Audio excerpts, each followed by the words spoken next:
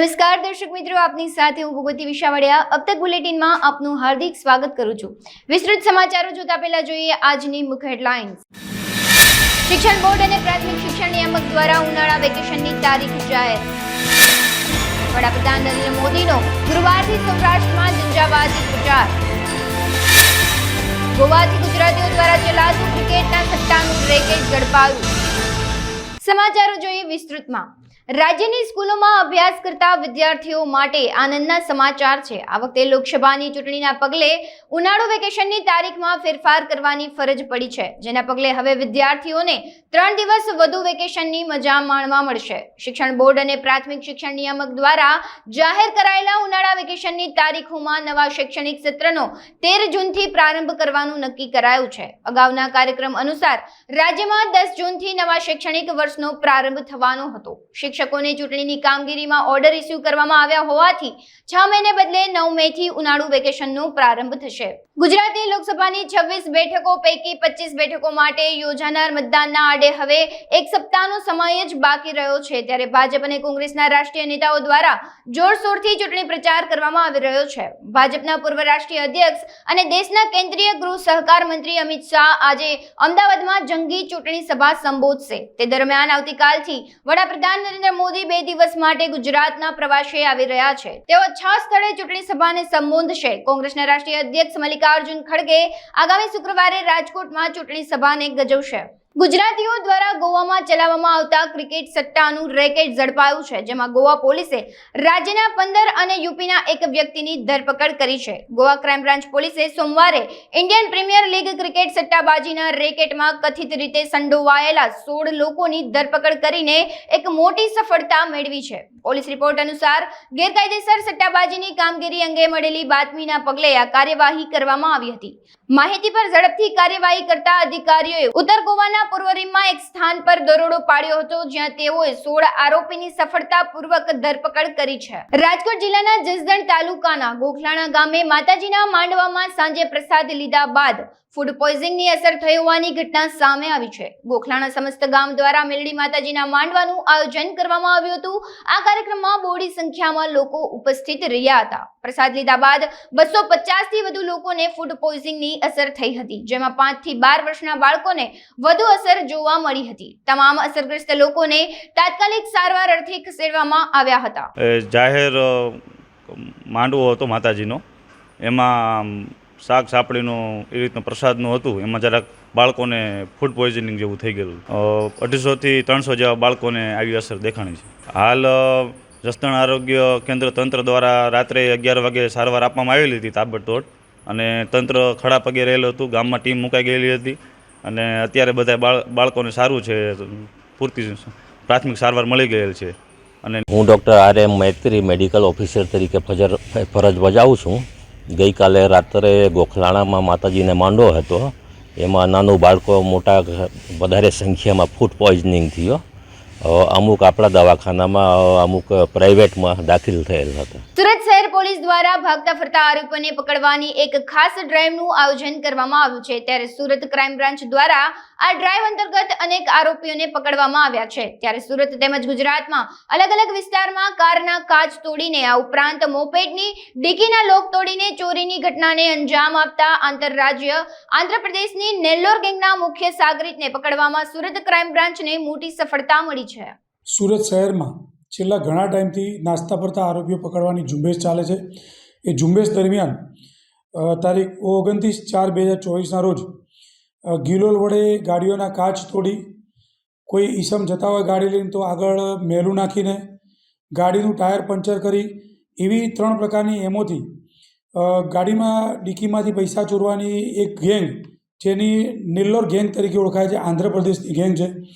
એ ગેંગના આરોપી, વોન્ટેડ આરોપી રસૈયા બાબુ ઉર્ફે હનુમન મૈયા, વસદમ ગોટેલી, જે મૂળ રહે આંધ્રપ્રદેશનો રહેવારી છે। એ લોકોના અગાઉ જે સાગરીતો હતા એને સુરત ગ્રામ્ય, નવસારી, વલસાડ વગેરે ગુનાઓમાં ગુના કરી અને અત્રે આવેલા હતા સુરતમાં। એમને જે તે વખતે ક્રાઇમ બ્રાન્ચે પકડેલા હતા। એની પૂછપરછ દરમિયાન આ જે રસૈયા બાબુ આરોપી છે, એની બાતમી મળેલી। એ બાતમીના આધારે ગતરોજ આંધ્રપ્રદેશના નેલ્લોર ગામેથી, શહેરમાંથી આ આરોપીને પકડી પાડ્યો છે. એની સઘન પૂછપરછ કરતાં આરોપી ઓછામાં 63 ગુનામાં સંડોવાયેલો છે. એ આરોપીને અત્યારે ક્રાઇમ બ્રાન્ચે પકડી એની વધુ તપાસ માટે સુરત શહેરના અલગ અલગ પોલીસ સ્ટેશનમાં સુપરત કરવામાં આવશે.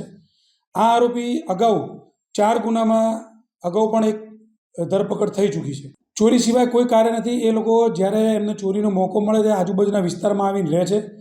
રહ્યા પછી સુરતમાં આવી અને 3-4 દિવસ પોતાનું કામ કરી અને પાછા જતા રહે.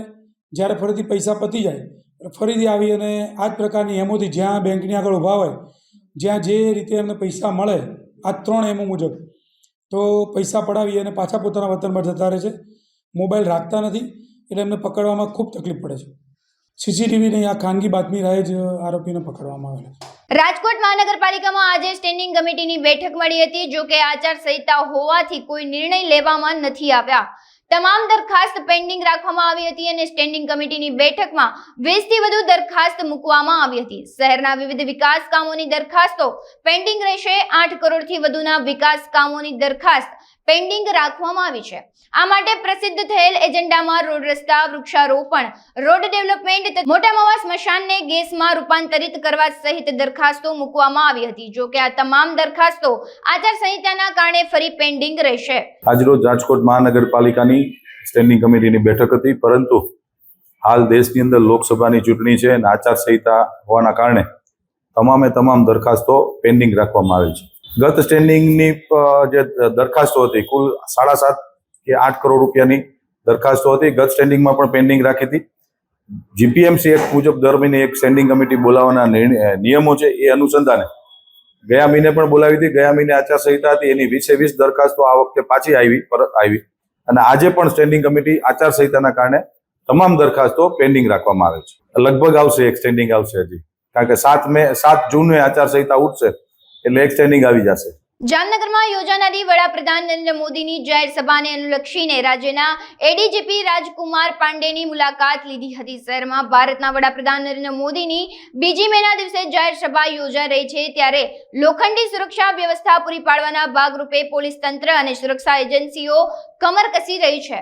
આ દરમિયાન ગુજરાત રાજ્યના એડીજીપી રાજકુમાર પાંડેએ પ્રદર્શન મેદાનની મુલાકાત લીધી હતી અને જાતે નિરીક્ષણ કર્યું હતું. આ વેળાએ તેઓની સાથે રાજકોટ રેન્જના આઈજીપી અશોક કુમાર યાદવ, જામનગરના એસપી પ્રેમસુખ ડેલુ તથા અન્ય પોલીસ અધિકારીઓનો વિશાળ કાફલો પ્રદર્શન ગ્રાઉન્ડના સ્થળે હાજર રહ્યો હતો અને સમગ્ર જાહેર સભાની સુરક્ષા વ્યવસ્થાનું બારીકાઈથી નિરીક્ષણ કર્યું હતું. આપણા માનનીય વડાપ્રધાન શ્રીની 2 તારીખની જે જામનગર में सभा છે, આ સભામાં આપણે અભૂતપૂર્વ રૂપથી આપણે જે સિક્યોરિટીની જે વ્યવસ્થા કરી છે, આપણે જે સ્ટેટ સીઆઈડીના જે વડા આપણા એડીજી રાજકુમાર પાંડેન સાહેબ ના માર્ગદર્શન હેઠળ આખો જે બંદોબસ્ત છે वो તૈયાર થઈ રહ્યો છે અને આપણે રાજકોટ રેન્જના જે આઈજી સાહેબ પણ અહીંયા હાજર છે અને આ વખતે આપણે જે 5 સ્તરીય જે આપણે બધી જે સુરક્ષા વ્યવસ્થા છે અને ઘણી જગ્યા આપણે આખા શહેરમાં અને બીજી જગ્યાએ આપણે સાદી ડ્રેસમાં પણ પોલીસ અને અભૂતપૂર્વ તરીકે આપણે એકદમ કડકાઈથી અને ચેકિંગ, ફ્રિસ્કિંગ અને બધી વ્યવસ્થા આપણે કરી છે અને ગુજરાતના જે અલગ અલગ જિલ્લાઓથી ઘણા બધા જે સિનિયર ઓફિસર છે તે પણ અહીંયા આપણે પહોંચાડવાના છે અને હું આપને ખાતરી આપું છું કે એકદમ સુરક્ષિત રીતે અને શાંતિપૂર્ણ રીતે આપણે સારી જે પીએમનો બંદોબસ્ત થશે અને જામનગરની પબ્લિકને પણ હું ધન્યવાદ આપું છું કે આપણા જે છેલ્લા ઘણા વખત જે આપણે પીએમના પ્રોગ્રામ થયા છે અને આપણે જે જામનગરની પબ્લિક છે આ એટલી સમજદારીથી આપણે દરેક સમયે જે આપણા દેશના જે વડાપ્રધાન શ્રી છે આનો ગૌરવ વધાર્યો છે અને અમને આખો વિશ્વાસ છે કે એવો સરસ રીતે આખો બંદોબસ્ત થશે અને પબ્લિકનો પણ અમને કાયદો અને વ્યવસ્થા બનાવવા માટે એટલો સરસ બહારથી પણ આપણે ફોર્સ આવી છે. આપણી પાસે સીએપીએફની જે સેન્ટ્રલ પેરામિલિટરી ફોર્સ છે આની પણ 3 કંપની જે છે આવી છે અને આપણા જે સીઆઈડીના જે વડા છે આપણા રાજકુમાર પાંડેન સાહેબ પણ આવ્યા છે અને આખો જે બંદોબસ્ત છે આના સ્પેશિયલ જે સુપરવિઝનમાં થશે. અત્યાર સુધી એવું કશું નથી અને અમારી આખા જે જામનગરની અને બહારના જે પબ્લિક છે અને જે પણ એવા કોઈ લોકો હશે આ પર અમારી કડકાઈથી નજર છે અને કોઈ પણ કાયદો અને વ્યવસ્થા બિગાડવાની અમે છોડીએ નહીં અને કડકથી કડક પગલા અમે લેવા માટે રેડી છે. રાજકોટમાં પરશુરામ જન્મ જયંતિની ત્રિકોણબાગ ખાતે ભવ્ય ઉજવણી કરવામાં આવશે. ત્રિકોણબાગ ખાતે 10 દિવસ અલગ અલગ કાર્યક્રમનું આયોજન કરવામાં આવ્યું છે. મહિલાઓ દ્વારા મહાઆરતી કરવામાં આવશે. 10 દિવસ દરમિયાન સાંસ્કૃતિક કાર્યક્રમ, રંગોળી સ્પર્ધા વગેરે સ્પર્ધાઓ રાખવામાં આવી છે. પરશુરામ જન્મ જયંતિના દિવસે ભવ્ય શોભાયાત્રા નીકળશે. શોભાયાત્રામાં હજારોની સંખ્યામાં લોકો જોડાશે. શોભાયાત્રામાં અલગ અલગ સંસ્થાઓ દ્વારા આરતી અને સ્વાગત પણ કરવામાં આવશે. આ અંગે વધુ વિગત અબ તક મીડિયા હાઉસની મુલાકાતે આવેલા ભગવાન શ્રી પરશુરામ જન્મોત્સવ સમિતિ દ્વારા પૂરી પાડવામાં આવી હતી. મારું નામ ધનંજય દીપકભાઈ દવે છે. પરશુરામ જન્મોત્સવ સમિતિના આ વખતનો કન્વીનર છું અને મારી ટીમ આ સાથે ઉપસ્થિત છે. તે તમામ ટીમ મેમ્બરો દ્વારા આપની ચેનલમાં જે અમારા 10 દિવસ દરમિયાન કાર્યક્રમો થવાના છે એ 10 દિવસના કાર્યક્રમોમાં તથા પરશુરામ જન્મોત્સવના દિવસે જે શોભાયાત્રા નીકળવાની છે તે શોભાયાત્રા દરમિયાન આપની ટીમને હાજરી આપવા આપ સૌને નિમંત્રણ પાઠવવામાં આવે છે. કાર્યક્રમો અમારા જે રંગોળી સ્પર્ધા થાય છે, ડાયરો કરવામાં આવશે, માતૃપિતૃ વંદના કાર્યક્રમ કરવામાં આવશે. ઘણા 10 પ્રકારના અલગ અલગ કાર્યક્રમ 10 દિવસે કરવામાં આવશે. પાર્ટિસિપેટ કરવા માટે થઈ ને અમારે ત્યાં મહિલા મંડળના દ્વારા નંબર જાહેર કરવામાં આવે છે. તેમને જે પ્રોગ્રામ હોય ને આગલા દિવસ સુધીમાં તે નંબર ઉપર ફોન કરીને અથવા ત્યાં પંડાલ ઉપર હાજર રહીને પોતાનું જે લોકોને પાર્ટિસિપેટ થવું હોય તેમના નામ તથા નંબર લખાવી દેવામાં આવે છે. ને તેમને શોભાયાત્રા અમારી 10 તારીખના 10મી મેના દિવસે પંચનાથ મંદિરથી લઈને પરશુરામ ધામ સુધીના રૂટ દરમિયાન શોભાયાત્રા કાઢવામાં આવે છે. જેમાં 51 પ્લોટ્સ હોય છે, સાથે પરશુરામ ભગવાનની મૂર્તિ હોય છે, જેનું શોભાયાત્રાના રૂટ દરમિયાન આવતા ઘણી બધી સંસ્થાઓ તથા સમાજ દ્વારા સ્થાપન જે થયેલું હોય છે તેમને આરતી આપી અને આશીર્વાદ લેવામાં આવે છે. 10,000 જેવા મેમ્બરો અમારા શોભાયાત્રા દરમિયાન દર વર્ષે નીકળે છે અને પરશુરામ ધામ ખાતે ત્યાં મહાપ્રસાદનું આયોજન કરવામાં આવે છે. ત્યાં પરશુરામ ધામ ખાતે 7:30 વાગે પહોંચી આરતી કરી ત્યારબાદ મહાપ્રસાદ શરૂ કરવામાં આવે છે. અમારી 10 મેના દિવસે છે. એને અનુસંધાને આગલા 10 દિવસ દરમિયાન 1 તારીખથી લઈને 10 તારીખ સુધી ત્રિકોણબાગ ખાતે એક પંડાલ રાખવામાં આવે છે, જ્યાં રોજ સાંજના મહાઆરતી તથા અમારા મહિલા મંડળ દ્વારા વિવિધ સાંસ્કૃતિક કાર્યક્રમોનો ઉજવણી કરવામાં આવતી હોય છે. એના અનુસંધાને આજ રોજ આપણે ત્યાં આવ્યા છીએ કે અમારે ત્રિકોણબાગ ખાતે આવનારા 10 તારીખ સુધી જુદા જુદા વિવિધ કાર્યક્રમો ચાલશે તથા રેગ્યુલર મહાઆરતીનું આયોજન કરવામાં આવશે, જેમાં અમારા તળગોળના વિવિધ ટીમો હોય એ ટીમ તથા જુદા જુદા સમાજ અને સંસ્થા દ્વારા રોજ સાંજના ટાઈમે મહાઆરતી કરવા પધારશે અને બાળકો તથા જુદી જુદી ઉંમરની વ્યક્તિઓ માટેની અલગ અલગ પ્રવૃત્તિ અમારે ત્યાં સાંજના થશે. જૂનાગઢના મારી પ્રાથમિક શાળામાં અભ્યાસ કરતો ધોરણ 7નો વિદ્યાર્થી હાર્દિક દ્વારા એર કન્ડિશનના ઉપયોગ કર્યા સિવાય કઈ રીતે ઘરને ઠંડુ રાખવો તેવો અનોખો પ્રોજેક્ટ બનાવવામાં આવ્યો છે. 30 દિવસની અથાગ મહેનત બાદ આ પ્રોજેક્ટને સફળતા મળી છે, જેમાં હાર્દિક દ્વારા આવનારા ભવિષ્યમાં પ્રદૂષણ ઘટાડતું અને તાપમાન જાળવતું ઘર કઈ રીતે બનાવી શકાય તે વિષય પર પ્રોજેક્ટ બનાવ્યો હતો. આ પ્રોજેક્ટના ખાસિયતની વાત કરીએ તો પ્રોજેક્ટમાં બનાવાયેલા ઘરની ખાસિયત એ છે કે આ ઘર સામાન્ય વાતાવરણ એટલે કે બહારના વાતાવરણ કરતા 8 થી 10 ડિગ્રી જેટલું તાપમાન ઓછું રહે છે. ઘરના અંદર પ્લાસ્ટર, મુલતાની માટી, સિમેન્ટનું પ્લાસ્ટ અને બાંબુ અને લાકડાનો ઉપયોગ કરવામાં આવ્યો છે. આ મકાનની બારીઓ શંકુ આકારની બનાવવામાં આવી છે. તેની મુખ્ય ખાસિયત તો એ છે કે મોટા છિદ્રમાંથી જ્યારે નાના છિદ્રમાં હવા પસાર થાય છે ત્યારે હવાનું તાપમાન ઘટી જાય છે અને હવા ઠંડી બને છે. મારું નામ વાઘેલા ભાવિલ કુમાર રામજીભાઈ, આસિસ્ટન્ટ શિક્ષક મારી શાળા. અને અમે અત્યારે આ ઘર જે પ્રોજેક્ટ બનાવ્યો છે એ પ્રદૂષણ ઘટાડતું અને તાપમાન જાળવતું ઘર. અત્યારે ગ્લોબલ વોર્મિંગના હિસાબે સતત તાપમાન વધતું જાય છે અને એસીનો ઉપયોગ કરે છે તો બહાર અંદર ઠંડક આપે છે પણ બહારનું તાપમાન સતત વધારો કરે છે. પણ અત્યારે અમે આમાં એ રીતે પ્રોજેક્ટ કર્યો છે કે જે એના સ્લેબ છે એ અમે 2 પડમાં બનાવ્યો છે. નીચેનું પડ છે એ જે જૂના જમાનામાં બાંબુનો ઉપયોગ કરી અને એની માથે ગાર જે કરતા માટીથી એ રીતનું બનાવ્યું છે ને એની ઉપર સ્લેબ બનાવ્યો છે અને એની ઉપર આપણે લાઇમસ્ટોનનું પ્લાસ્ટર કર્યું છે, જેથી સફેદના હિસાબે ગરમી શોષે નહીં અને અંદર ઠંડક રહે. બીજી બારીની સિસ્ટમ એવી રાખી શંકુ આકારની બનાવી છે, જેથી શંકુ આકારની એટલા માટે કે જે પોળી જગ્યામાંથી જ્યારે સાંકડી જગ્યામાંથી હવા પસાર થાય, પોળામાંથી દાખલ થાય ને સાંકડી જગ્યામાંથી પસાર થાય ત્યારે ઠંડી થાય છે. ત્યારે આવો અનુભવ આપણે ક્યારેક ગલીમાં કે ક્યાંય હોય ત્યારે અનુભવ કર્યો હશે. આપણે મોઢામાં જે સાંકડું મોઢું કરીએ અને ગરણી આકારે આપણે હવા બહાર કાઢીએ ત્યારે પણ આપણે ઠંડીનો અનુભવ કરીએ છીએ અને મોઢું પોળું કરીને જ્યારે શ્વાસ બહાર કાઢીએ ત્યારે ગરમ. તો આના સિદ્ધાંતનો ઉપયોગ કરીને અમે શંકુ આકારની બારી બનાવી. કે જેથી બહારથી વરસાદ આવે ત્યારે પણ એ નીચે પડી જાય, અંદર દાખલ થતો નથી ને ઠંડી હવા જાય. એટલે આ તાપમાન છે એ સરેરાશ 8 થી 9 અંશ સેલ્સિયસ જેટલું ઘટાડી દે છે અંદર તાપમાન, અને કોઈ પણ પ્રકારનું પ્રદૂષણ ફેલાવતો નથી, જેથી આપણે એસીની કે શક્ય હોય ત્યાં સુધી જરૂર પડતી નથી. હું મારી શાળાના વિદ્યાર્થી હાર્દિક, હું ધોરણ 7માં અભ્યાસ કરું છું અને આ પ્રોજેક્ટ હું 1 મંથથી તૈયાર કરું છું. આજે અમારું પ્રોજેક્ટ બન્યું છે. તો અમારા પ્રોજેક્ટનું નામ છે પ્રદૂષણ ઘટાડતું અને તાપમાન જાળવતું ઘર. અમે આમાં લાઇમ પ્લાસ્ટર વાપરું છે, વીટાની માટી વાપરું છે, પછી સિમેન્ટનું પ્લાસ્ટ વાપરું છે, બાંબુ વાપરું છે, લાકડા વાપરે છે અને ઘણી બધી વસ્તુઓ અમે વાપરી છે. આ ઘર ઠંડુ રહે અને પ્રદૂષણ છે ને વધારે વધી ના શકે, તાપમાન ઓછું રહે. એમાં અમે શંકુ આકાર જેવું નિર્માણ કર્યું છે કે જેમાં મોટા છિદ્રમાંથી નાના છિદ્રમાં હવા પસાર થશે ત્યારે ઠંડી હવા પસાર થશે. અને લાઇમ પ્લાસ્ટર નાખ્યું છે તો ઘર ઠંડુ રહે. પછી 2 દિવાલ બનાવી છે એટલે ઠંડુ રહે, હવાની અવર જવર થઈ શકે એ રીતે બનાવ્યું છે અમે. ગાંધીધામ નગરપાલિકા ચીફ ઓફિસર સંજય કુમાર રામાનુજના જણાવ્યા મુજબ ગાંધીધામ નગરપાલિકા દ્વારા વેરા પર 10% વળતર યોજના ચાલુ કરવામાં આવી હતી. આ યોજના દરમિયાન 30 એપ્રિલ સુધીમાં પાછલા વર્ષની બાકી રકમ સહિત તમામ રકમ જમા કરાવવાથી ચાલુ વર્ષના વેરામાં 10% વળતર આપવામાં આવશે એવી સૂચના આપવામાં આવી હતી. આ યોજના હવે 30 જૂન સુધી લંબાવવામાં આવી છે. તમામ નિયમિત કરદાતાઓએ આ યોજનાનો લાભ લેવા ગાંધીધામ નગરપાલિકા તરફથી અપીલ કરવામાં આવી છે.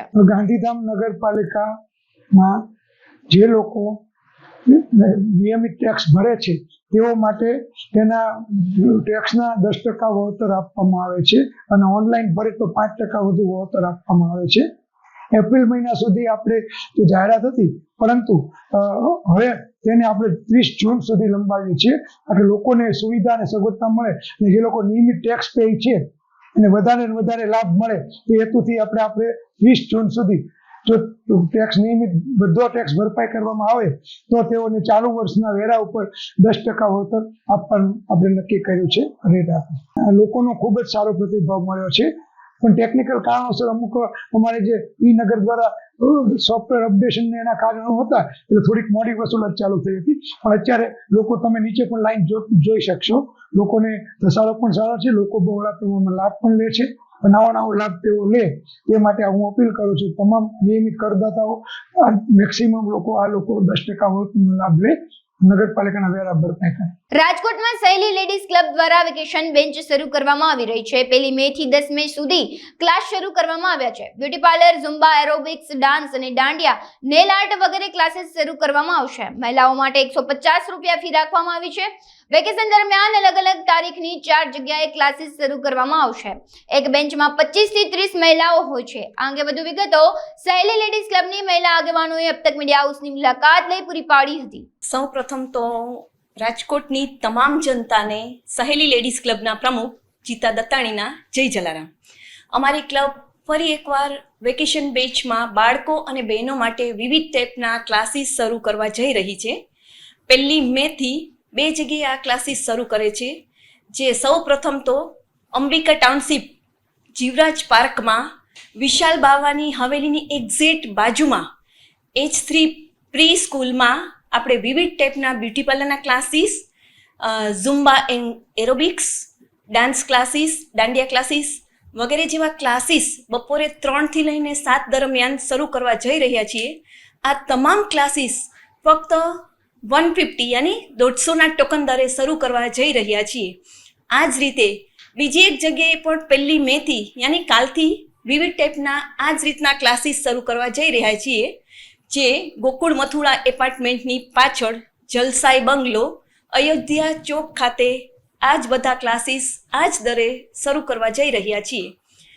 3 મે નિધિ સ્કૂલ રામાપીર ચોકડી પાસે અલગ ક્લાસીસ જેવા કે કોમ્પ્યુટર ક્લાસીસ, સ્પોકન ઇંગ્લિશના ક્લાસીસ, ડ્રોઈંગના ક્લાસીસ, દાંડિયાના classes, art and craft and ડાન્સના ક્લાસીસ, આ બધું બપોરે 3 થી 7 દરમિયાન નિધિ સ્કૂલમાં 3 મેના રોજ શરૂ કરવા જઈ રહ્યા છીએ. આ જ રીતે બ્યુટી પાર્લરના અલગ ક્લાસીસ જેવા કે nail art class, hairstyle and makeup, મહેંદીના ક્લાસ, સેલ્ફ મેકઅપ અને નેલ આર્ટના ક્લાસીસ 6 મેના રોજ ડિસન્ટ બ્યુટી પાર્લર માં શરૂ કરવા જઈ રહ્યા છીએ, જે પાટીદાર ચોકમાં આવેલા છે, સાધુ વાસવાણી રોડ પર. આ રીતે અમે અલગ અલગ ડેટના 4 જગ્યાએ વિવિધ ટાઈપના ક્લાસીસ શરૂ કરવા જઈ રહ્યા છીએ.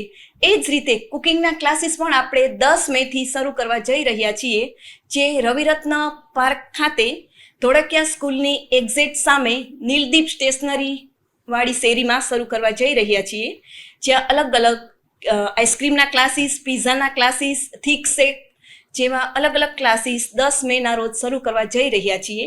તો જે બહેનો અને બાળકોને આ ક્લાસીસનો લાભ લેવો હોય તે વધુમાં વધુ અમારા આ ક્લાસીસમાં જોડાય એવી અમારી તમામ ટીમની અપેક્ષા છે. અને જે બહેનોને બ્યુટી પાર્લરના ક્લાસીસ પૂર્ણ થયે ગવર્મેન્ટ સર્ટિફિકેટની રિક્વાયરમેન્ટ હશે, તેમને અમારી સંસ્થા જ ગવર્મેન્ટ સર્ટિફિકેટ પણ કાઢી આપવામાં આવશે. એક બેચમાં 25 થી 30 મિનિમમ સંખ્યા અમારી બેચમાં હોય જ છે, ને આ અમારી 15મી બેચ શરૂ કરવા જઈ રહ્યા છીએ. અમારા આ ક્લાસીસમાં રજીસ્ટ્રેશન કરવા માટે આપ બધા જ અમારો નંબર નોંધી લેશો. સહેલી લેડીઝ ક્લબ 9924753722. ભુજ સ્વામિનારાયણ મંદિર ખાતે સંત સ્મૃતિ મહોત્સવની ઉજવણી અંતર્ગત ચાલી રહેલી 401 સમૂહ શ્રીમદ ભાગવત પારાયણનું મહાઆરતી સાથે સમાપન કરવામાં આવ્યું હતું. સતત 7 દિવસ સુધી ચાલી રહેલી હરિભક્તો ભગવાનના લીલા અને ચરિત્રોમાં સંભાળવામાં લીન બન્યા હતા. કથા દરમિયાન આવતા વિવિધ પ્રસંગોની પણ ઉત્સાહભેર ઉજવણી કરવામાં આવી હતી, જ્યારે કથાના સમાપન વેળાએ મહાઆરતીનો કાર્યક્રમ યોજાયો હતો, જેને સાધુ સંતો સહિત બહોળી સંખ્યામાં હરિભક્તોએ લાભ લીધો હતો. તે પૂર્વે શુક્રવાર કથા દરમિયાન રૂક્ષ્મણી વિવાહની ઉમંગભેર ઉજવણી કરવામાં આવી હતી, જેમાં યજમાન પરિવારો વર અને કન્યા પક્ષે રહીને સાંસારિક લગ્ન વિધિની જેમ જ કથા મંડપમાં રૂક્ષ્મણી વિવાહ ઉજવાયો હતો, જેમાં ગણેશ સ્થાપના, જાન આગમન, હસ્તમેળાપ, ફેરા, જાન વિદાય સહિતના પ્રસંગોની ઉજવણી કરાઈ હતી. જૂનાગઢ વોર્ડ નંબર 9ની વાણંદ સોસાયટીમાં રોડ, રસ્તા, ગટર, ગંદકી વગેરે લઈને સ્થાનિકો હેરાન પરેશાન થઈ ગયા છે, ત્યારે આ સોસાયટીના વિવિધ પ્રશ્નોને લઈ સ્થાનિકો દ્વારા 8 મહિના પહેલા અરજી કરવામાં આવી હતી, પરંતુ આજ દિન સુધી સ્થાનિકોના કોઈ પ્રશ્નનું નિરાકરણ ન થતા મહિલાઓએ રોષ વ્યક્ત કર્યો હતો અને કહ્યું હતું કે વારંવાર કોર્પોરેટર અને તંત્રને સુવિધા મામલે રજૂઆત કરવામાં આવી છે, પરંતુ કોઈ જવાબદાર વ્યક્તિ આ સોસાયટીમાં સ્થાનિકોની હાલત પૂછવા આવતું નથી. ત્યારે હવે આગામી 7 મેના રોજ લોકસભાની ચૂંટણી યોજાવાની છે, તે અંતર્ગત વાણંદ સોસાયટીના સ્થાનિકોનો પ્રશ્નનું નિરાકરણ નહીં લાવવામાં આવે તો ચૂંટણીનો બહિષ્કાર કરશે તેવું પણ જણાવ્યું હતું. મારું નામ વર્ષાબેન, હું વાણંદ સોસાયટીમાં રહું છું. 8 મહિના પહેલાની અમારી અરજી કરેલી છે. પુલ બનાવવું, તળાવ સાફ કરાવવું, કેમેરા ફિટ કરવા, દિવાલ બનાવી, ગટરો સાફ કરવું, પણ હજી એક પણ કામ થયેલું નથી. પાછી ચૂંટણી આવી ગયું તોય પણ એક કામ થયેલ નથી. અમારી સોસાયટીમાં 2 કોર્પોરેટર છે, 2 મેયર છે, તોય પણ એક કામ અમારું હજી થઈ ગયેલું નથી. એટલે આજથી અમારે વાણંદ સોસાયટી વાળા બધા તિરસ્કાર કરે છે મતનો. કોઈ પણ મત દેવા અમારા સોસાયટીના કોઈ પણ વ્યક્તિ આવશે નહીં. અમે આજથી ચૂંટણીનો બહિષ્કાર કરીએ છીએ. મારું નામ ધારાબેન ગોહેલ, વોર્ડ નંબર 9માં રહું છું. અમે લેખિતમાં અરજી દીધેલી છે 8 મહિના પૂર્ણ. રસ્તાની, તળાવ સાફ કરવાની, ગટરની, સીસીટીવી કેમેરાની, દિવાલની પણ કોઈ કામ થયા નથી. અને ગયા વર્ષે પણ અમારા ઘરમાં પાણી આવી ગયું તો અમારા ઘર હોતન ડૂબી ગયા હતા, પણ હજી કઈ કાર્યવાહી થઈ નથી. આ વખતે એની પોઝિશન રહે ચોમાસામાં, એટલે અમે નમ્ર વિનંતી કરીએ છીએ કે તમે મહેરબાની કરીને તળાવ 2 દિવસ સાફ કરાવો. બાકી વાળા સોસાયટીમાંથી મત દેવા કોઈ આવશે નહીં. અમે મતનો બહિષ્કાર કરીએ છીએ. તકલીફ એટલે અમારા ઘરમાં ચોમાસામાં પાણી ઘરી જાય છે, ઘર ડૂબી જાય છે. અમારા ઘરમાં 1-1.5 લાખના નુકસાન થયા છે. અમારા ઘરમાં અમારે જમવાનું, ઘર વખરી કાંઈ વસ્તુ રહી નથી. તો અમારે આ વર્ષે અમારી આ જ પોઝિશન હતી તો સરકાર અમને 5000 રૂપિયા દીધું. 5000 માં થાય શું? અમારા છોકરાઓના ચોપડા, યુનિફોર્મ, દફતર બધું અમારું પાણીમાં વયું ગયું. એટલે આ વર્ષે જો પેલા 2 દિવસમાં તળાવ સાફ થશે નહીં તો અમારી સોસાયટીમાંથી મત દેવા કોઈ જશે નહીં. અમે મતનો બહિષ્કાર કરીએ છીએ. મોરબીમાં રાષ્ટ્રીય શિક્ષક મહાસંઘના સેવા યજ્ઞ અંતર્ગત શહેરમાં ગત 28 એપ્રિલ રવિવારના રોજ અલગ અલગ સ્થળ પર પુસ્તકોના સ્ટોલનું આયોજન કરવામાં આવ્યું છે, જેમાં બપોર સુધી 357 જેટલા જૂના પુસ્તકોનું સેટ આવ્યા હતા. ઉપરાંત રાત સુધીમાં સ્ટોલ જૂના પુસ્તકોથી છલકાયા હતા. આ એકત્ર કરેલા જૂના પુસ્તકો જરૂરિયાતમંદ વિદ્યાર્થીઓ માટે જુદી જુદી શાળાઓમાં અર્પણ કરવામાં આવશે. શહેરના બાળકોના જૂના પુસ્તકો બિલકુલ નજીવી કિંમતે પસ્તીમાં ન અને સ્ટોલમાં જમા કરાવી સન્માન પત્ર મેળવી અખિલ ભારતીય રાષ્ટ્રીય શિક્ષક મહાસંઘના સેવા યજ્ઞમાં સહભાગી બનવા અપીલ કરવામાં આવી હતી. આ કાર્યમાં પુસ્તક દાન પેટે આપનાર દાતાઓ અને સેવા યજ્ઞમાં સેવા આપનાર કર્મયોગીને અખિલ ભારતીય રાષ્ટ્રીય શિક્ષક મહાસંઘ દ્વારા આભાર પ્રગટ કરવામાં આવ્યો હતો. અખિલ ભારતીય શૈક્ષિક મહાસંઘના સહકારથી આપણે મોરબીમાં 3 જગ્યાએ આ સ્ટોલ ચાલુ કરેલ છે અને કેટલાય વાલીએ ગરીબ બાળકોના વાલીને આ પુસ્તક મફતમાં મળે અને પોતે પાછા આગલા ધોરણના પુસ્તકો અહીં આપી જાય છે અને મોરબીની જનતાનો ખૂબ પ્રતિસાદ મળ્યો છે. આ સેવામાં આ મહારાણા પ્રતાપ ચોકમાં પોલીસ ખાતાના કર્મચારી બાલાસરા સાહેબ અને એની ટીમ પણ સારું એવું કામ કરે છે. કાલનો દિવસ રાખવાનો હતો પણ હવે 2 દિવસ આ સ્ટોલ લંબાવવાનો છે, તો જરૂરિયાતમંદ બાળકોને એના વાલીને પૈસા ન ખર્ચવા પડે અને પુસ્તકો ફ્રીમાં મળી રહી અને વેકેશનમાં સદુપયોગ થાય એટલા માટે આ બહુ ઉપયોગી થશે. મહાદેવભાઈ રંગપરિયા. ન ચ રાજહાર્યમ ન ચોરહાર્યમ ન ચ ભાતૃભાજ્યમ વિવેકૃતે વર્તતે વિદ્યાધનમ સર્વધનમ પ્રધાનમ. વિદ્યાધન એ બધા ધનોમાં પ્રધાન ધન છે, વર્ષોથી ઋષિમુનિઓ કહી ગયા છે. અત્યારના સમયમાં અત્યારે તમામ ધોરણની પરીક્ષાઓ પૂરી થઈ ગઈ છે અને અત્યારના જે બાળકોના પાઠ્યપુસ્તકો હોય, માર્ગદર્શિકા હોય, ખૂબ મોંઘી આવતી હોય છે. તો આ પાઠ્યપુસ્તકો જ્યારે બાળક પાસ થઈ જાય, ધોરણ પૂરું થઈ જાય એટલે પસ્તીમાં દઈ દેતા હોય છે, નજીવી કિંમતે દઈ દેતા હોય છે. અને આ પાઠ્યપુસ્તકની કિંમત લગભગ 1000 થી 2000 સુધીની હોય છે. તો અમે રાષ્ટ્રીય શૈક્ષિક મહાસંઘના તમામ કાર્યકર્તાઓએ એવું નક્કી કર્યું કે આપણે સ્ટોલ નાખીએ. જુદી જુદી મોરબીમાં 3 જગ્યાએ ગઈકાલે સ્ટોલ નાખેલા હતા. અહીંયા સ્વામિનારાયણ મંદિર નવા બસ સ્ટેન્ડ પાસે, ત્યાં કેપિટલ માર્કેટ, રવાપર ચોકડી અને અહીં મહારાણા પ્રતાપ સર્કલ પાસે 3 જગ્યાએ સ્ટોલ હતા. એમાં સવારથી સાંજ સુધી મોરબીના લોકોએ ખૂબ સારો પ્રતિસાદ આપ્યો. લગભગ 600 જેટલા સેટ છે ધોરણ 3 થી 12ના અમને ભેટ મળ્યા અને સામે એટલા 150 થી 200 વ્યક્તિઓની અમે પાછા તેની જગ્યાએથી આપી દીધા. જેના કારણે આ ધન એવું છે કે આ લોકો ઉપયોગ કરશે, તમામ વિદ્યાર્થીઓ.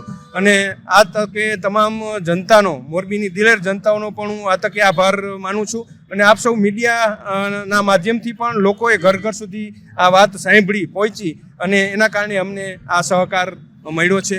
એના કારણે અહીં જ્યાં પોલીસ ચોકીમાં ભાનુભાઈ બાલાસરાની ટીમ કામ કરે છે, એમને વિચાર આવ્યો કે સાહેબ તમે આટલું બધું કામ કરો છો તો આ 2 દિવસ અમને આ સ્ટોલ આપો. અમે પણ આ 2 દિવસ વધારાના અમે આ સ્ટોલ ઉપર કામ કરશું. એટલે આવું કામ અમે રાષ્ટ્રીય શૈક્ષિક મહાસંઘ અને મોરબી ગામના લોકોના સહયોગથી કરેલું છે. આવતીકાલે આખો દિવસ 3 સ્ટોલ ચાલુ હતા. આજે આ સ્ટોલ 3 દિવસ સુધી ચાલુ રહેશે. એટલે મારે પણ મોરબીની તમામ જનતાઓને વિનંતી છે કે હજી પણ આપણા કોઈને જરૂર હોય તો પણ અહીંથી પુસ્તકો મળી રહેશે અને કોઈને આપવાના હોય તો પણ અહીંથી તમે આપી શકશો. અને જે કંઈ વધશે એનું અમે સોર્ટિંગ કરી અને જે પણ જરૂર પડશે એને પાછા અમે વિતરણ પર કરી દેશું. આ બધા વધેલા પાઠ્યપુસ્તકો છે એ સંઘ કાર્યાલય ચિત્રકૂટ ચોકમાં અમે રાખીશું અને જરૂર પડે એને અમે આપીશું. રાજકોટની સૌરાષ્ટ્ર યુનિવર્સિટીમાં 11 દિવસ પહેલા BCA સેમ 4 નું પેપર લીક થયું હતું. NSUI અને CYSS દ્વારા વિરોધ કરવામાં આવ્યો હતો, જેને લઈને યુનિવર્સિટીના કુલપતિએ કહ્યું હતું કે આ મામલે કાર્યવાહી કરેલ છે. નિવૃત્ત જજની કમિટી પણ બનાવવામાં આવી છે. ડોક્યુમેન્ટરી એવિડન્સ પરીક્ષા વિભાગ પાસેથી આપ્યા છે. જે પણ પ્રકારનો રિપોર્ટ આપશે એ પ્રકારની યુનિવર્સિટી દ્વારા કાર્યવાહી કરવામાં આવશે.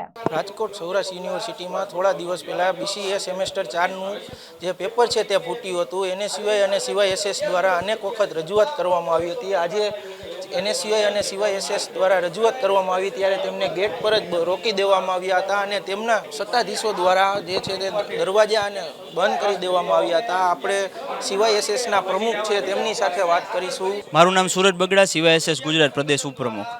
આજે NSUI અને CYSS દ્વારા વિરોધ કરવામાં આવી રહ્યો છે. શું વિરોધ છે અને તમને અહીં જ રોકી દેવામાં આવ્યા છે, શું કહેશો? સૌરાષ્ટ્ર યુનિવર્સિટી અંદર લેવામાં આવતી જે પરીક્ષાઓ છે તેની અંદર BCA સેમ 4 નું જે પેપર છે આજે 19/4ના રોજ તેમાં કૌભાંડ થયું હતું અને જે વોટ્સઅપ મારફતે ફોડવામાં આવતું તે ખૂબ જ અયોગ્ય બાબત છે. આજે તેને 11 દિવસ થયા હોવા